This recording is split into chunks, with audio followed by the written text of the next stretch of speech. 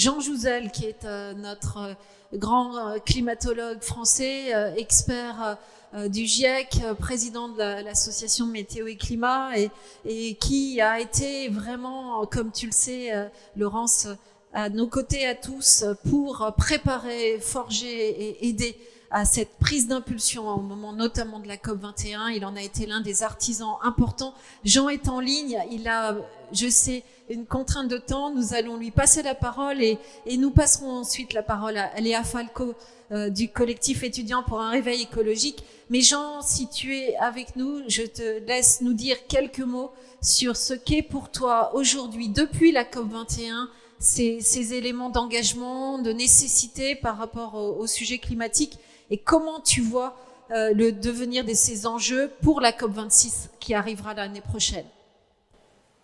Merci Sylviane et merci à tous. Donc, bien sûr, pour ces présentations très intéressantes. Je suis navré, Laurence. Bon, j'ai l'impression que tu as été coupée de ma faute, mais non, je m'en excuse. Voilà, donc je pense que d'abord, je crois très important, et tu le sais, bien sûr, toutes les initiatives du CNES, c'est très important pour notre communauté parce qu'avant tout, je reste, disons, un témoin de la communauté scientifique, un membre de cette communauté scientifique qui s'est impliqué à travers les rapports du GIEC et aussi quelquefois à travers les conférences climat elles-mêmes dans cette dynamique. Moi, j'y suis impliqué depuis une vingtaine d'années. J'ai assisté à toutes les COP, je crois, depuis celle de 2001. Ça fait... Voilà, donc qu'est-ce qu'on attend de la COP 26? Alors, je pense qu'il faut redire quelques chiffres que nous répétons. Vraiment, je suis très en phase avec les objectifs de l'accord de Paris, hein, de maintenir le réchauffement climatique à long terme, et non pas simplement en 2100 à long terme, autour de 2 degrés, bien en deçà de 2 degrés par rapport au pré-industriel, si possible 1,5 degré, parce que c'est vraiment la seule solution pour que les jeunes d'aujourd'hui puissent s'adapter relativement facilement et à l'échelle planétaire à ce réchauffement climatique désormais inéluctable. Donc une fois cet objectif, disons, auquel nous adhérons, je crois, tous pleinement, fixé, eh bien, les contraintes sont bien là. Les contraintes sont là. L'accord de Paris a été un accord important par son universalité, qui a disparu donc pendant quelques années et qu'on espère retrouver avec le retour des États-Unis.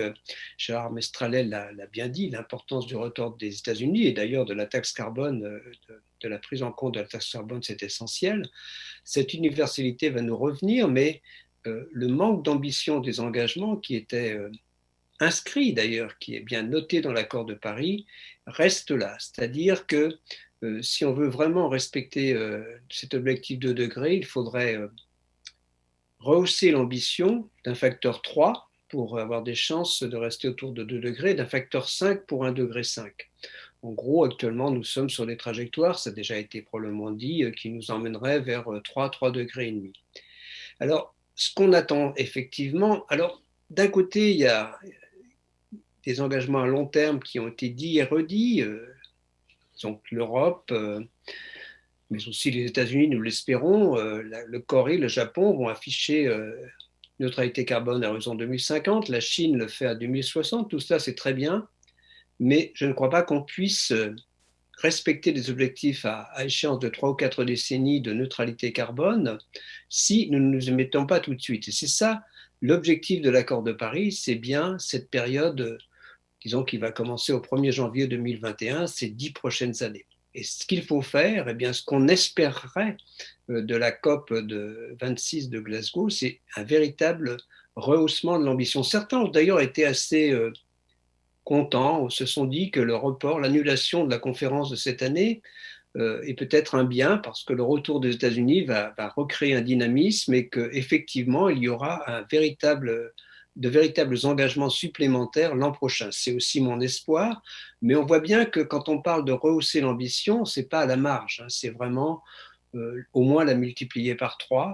Alors, c'est l'espoir. Donc, certains en ont pris le chemin. On peut dire que l'Europe, effectivement, c'est largement impliqués en affichant cet objectif de moins 55% à horizon 2030. Mais là aussi, la France va probablement s'aligner, mais là aussi, on voit bien que ce ne doit pas être simplement des engagements, ça doit se concrétiser et pas se concrétiser à partir de 2025, mais tout de suite.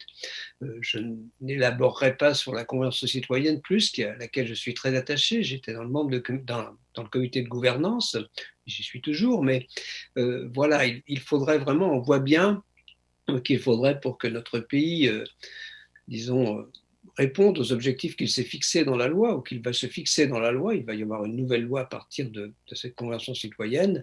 Il faudra effectivement que, disons, accélérer, y compris dans notre pays. Alors, pas dans les objectifs qui sont parfaitement définis, mais dans l'action. Et je terminerai pour dire, puisque quand même que dans cette action, les entreprises qui ont été très présentes cet après-midi ont un rôle essentiel à jouer. Pas toutes seules, hein, les collectivités, les États, les médias, les ONG, tout le monde a un rôle à jouer, mais celui des entreprises est extrêmement important et vraiment au cœur du réacteur. Un grand merci Jean, on est toujours tellement heureux de t'entendre et tu es évidemment l'un des artisans de tout ce qui s'est passé et pour la COP21 et depuis la COP21, sans relâche. C'est le terme que l'on a beaucoup utilisé encore aujourd'hui et merci à toi.